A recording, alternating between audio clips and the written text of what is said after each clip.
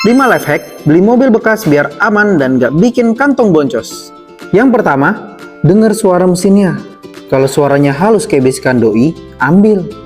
Kalau berisik kayak mantan marah, skip. Yang kedua, kalian perlu cek kondisi mobil dari bodi, warna mobil, dari depan, samping, belakang, dan dalam. Yang ketiga, AC mobil harus dingin. Minimal bisa bikin galau lo hilang pas macet-macetan. Yang keempat, kalau bannya botak, fix. Itu mobil habis dipakai kabur dari mantan. Yang kelima, biar nggak ribet, langsung aja ke mocil.id. Mobil bekasnya udah dicek, tinggal cicil doang pakai DSF. Cicil mobil, pilih Mocil.